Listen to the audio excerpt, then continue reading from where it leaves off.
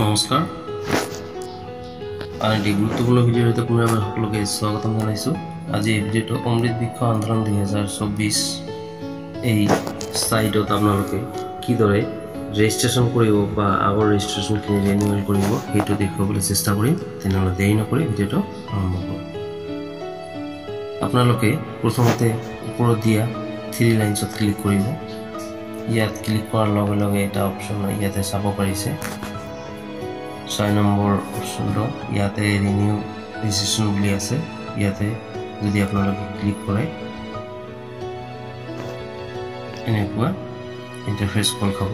Mobile number দিব যেটো আগত ৰেজিষ্ট্ৰেশ্যন কৰিছে।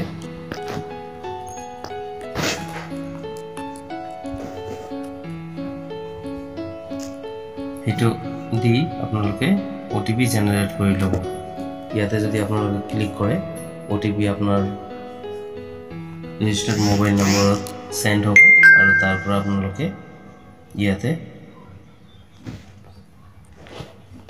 কপি কৰি বহাই দিব বা দি দিব, দি সাবমিট কৰি দিব। সাবমিট কৰি দিয়াৰ লগে লগে কিছু সময় লাগিব, 5 মিনিট মান সময় থাকে আপোনাৰ হাতত, অপেক্ষা কৰিব লাগিব।